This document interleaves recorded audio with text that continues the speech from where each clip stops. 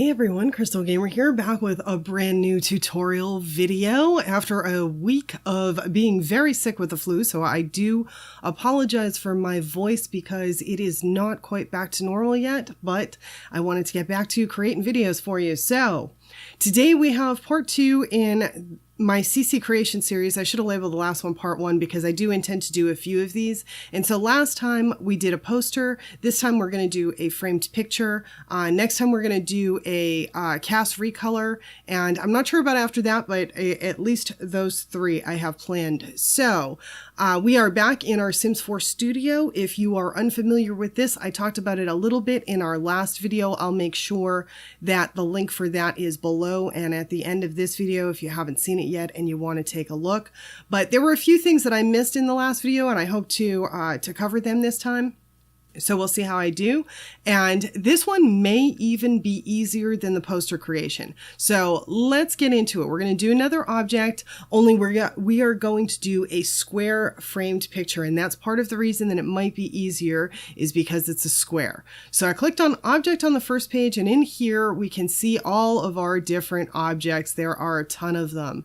Now we are going to do a base game object. So I'm going to select base game from the drop down menu, and I'm going to take a look and see if I can find the square frames. Here they are. Okay, so there's 4 little square frames that we have that we can use. I'm going to click on the first one, then I'm going to click on next. It's going to come up with our window, and I do believe the first time it asks you for this, it asks you to set up where you want your stuff saved. I have this little folder for the work in progress package area where I do all my work, so I save it in here, and I'm going to create a name for it.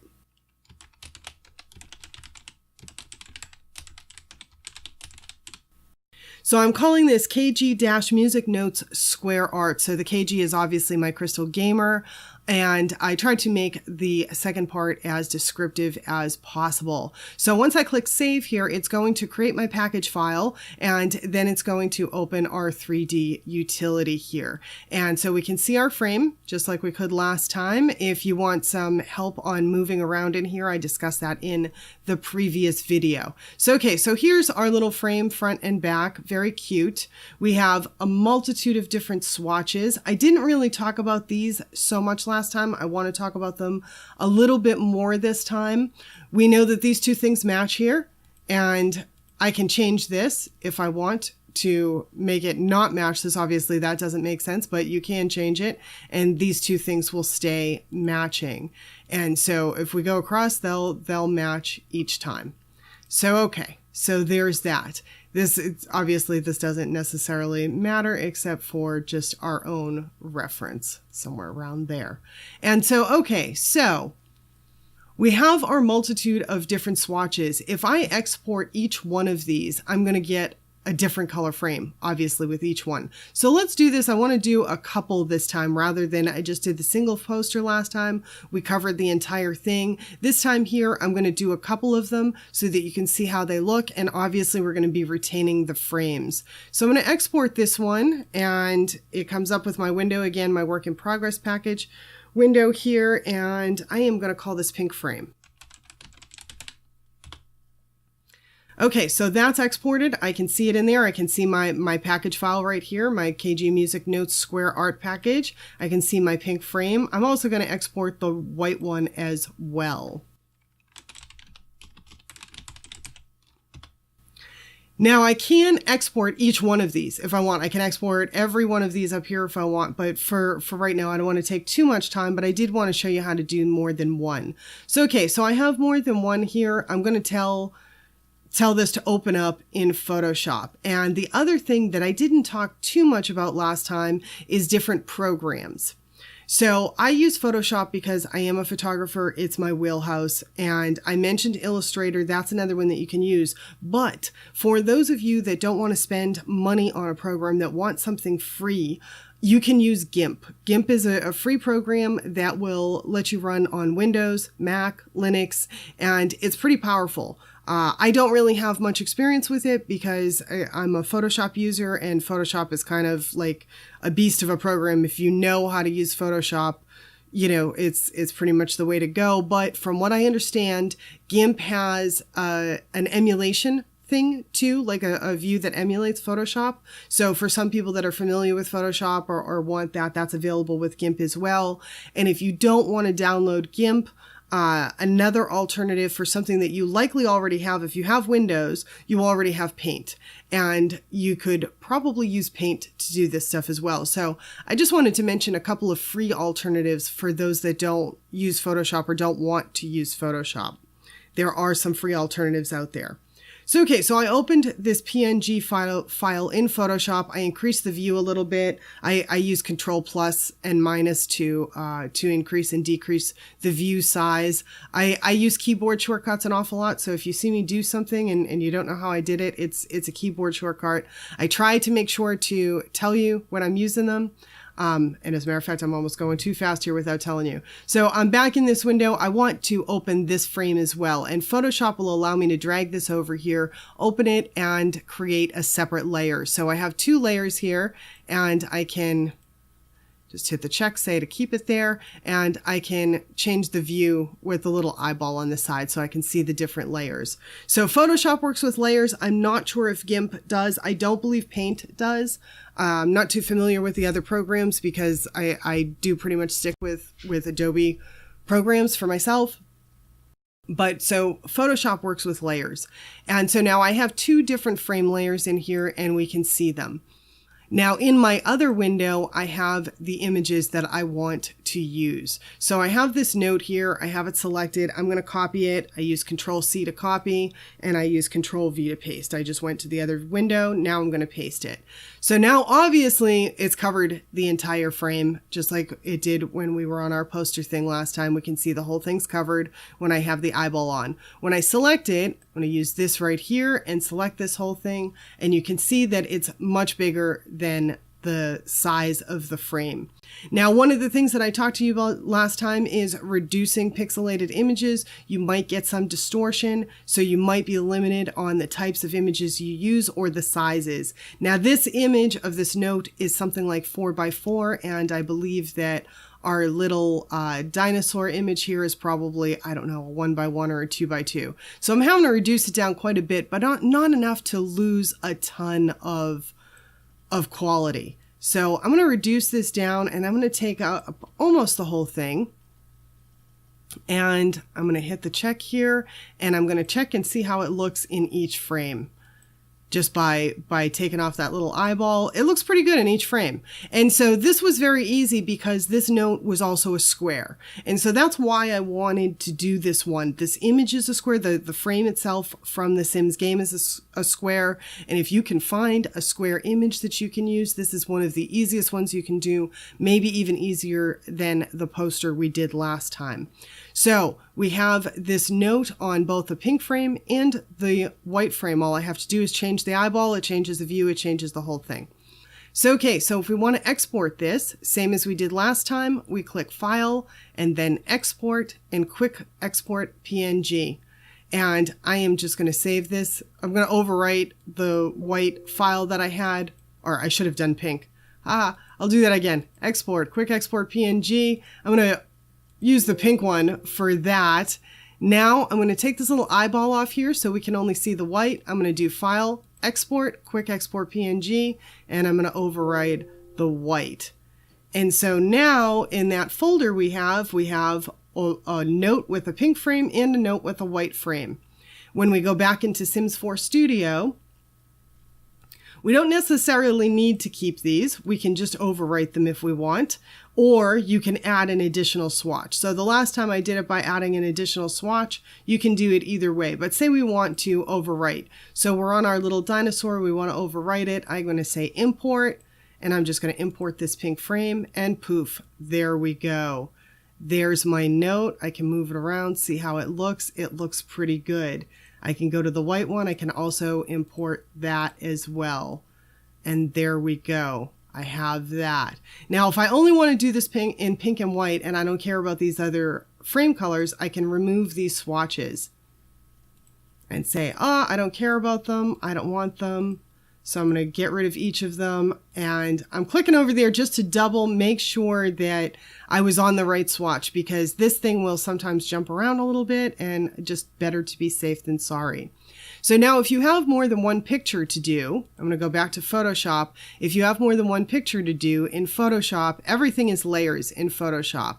So I just took the little eyeball off of that. We can't see it anymore. Put the eyeball on that. I can see the pink frame again.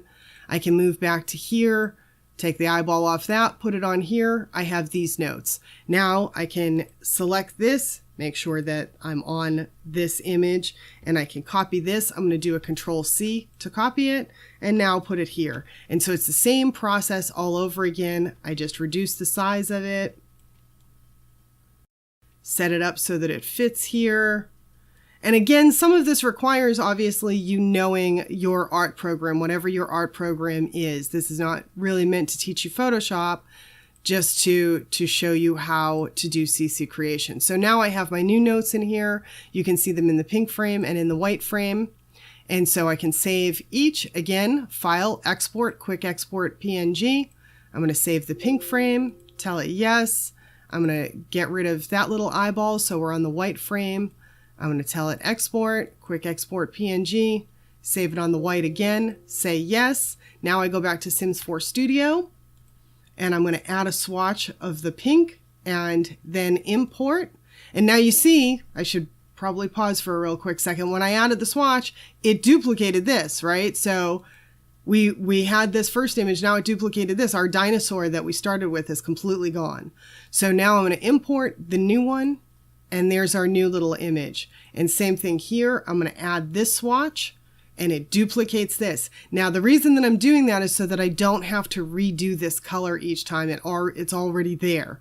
So it's a white frame, white art, I don't have to redo it. So it's easier if you duplicate a swatch that matches the one that you're doing. So I'm going to import that into there, and there we have it. So looks good, and we can see the depth.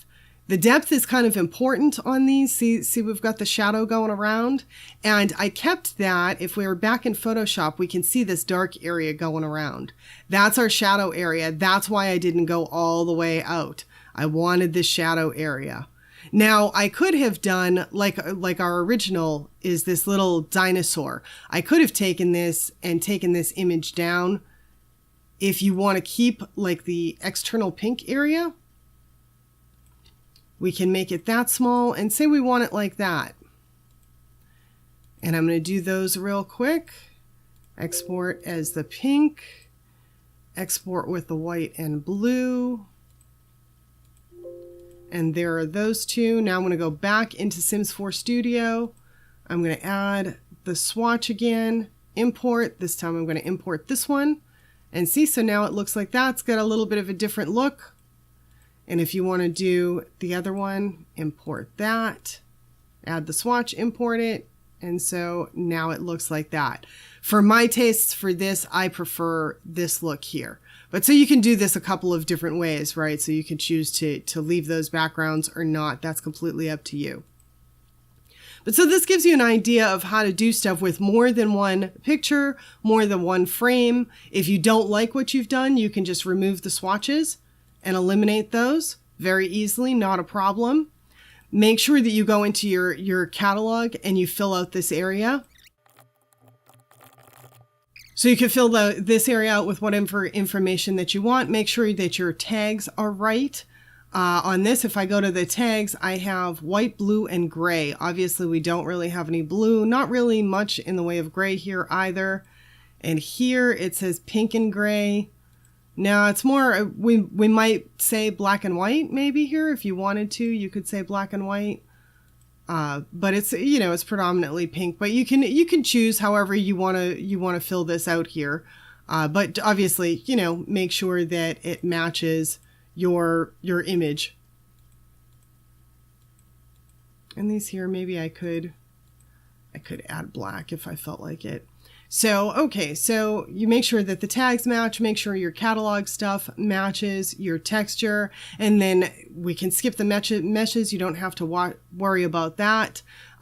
They should all say decoration wall already. Now, these here will say baby as well. And you can decide if you want to keep that as a baby thing or not. Obviously, these aren't really baby things, so I could just get rid of that baby thing there and say apply to all swatches, and it will only keep these here and get rid of the baby thing for each of them. And if you want, you can select one of the other things as a function, but it doesn't really have another function, so I'm not going to.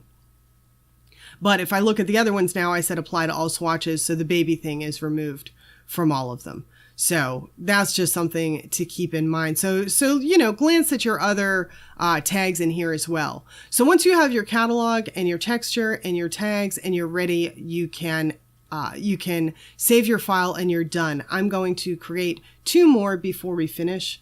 I'm going to add 2 more swatches because I'm going to do a little G-clef in here that I also have. So we're going to real quickly do this. But so now I have my little music things in each color frame, and if I'm satisfied, I can click save. My package has been saved, and then I can move my package over.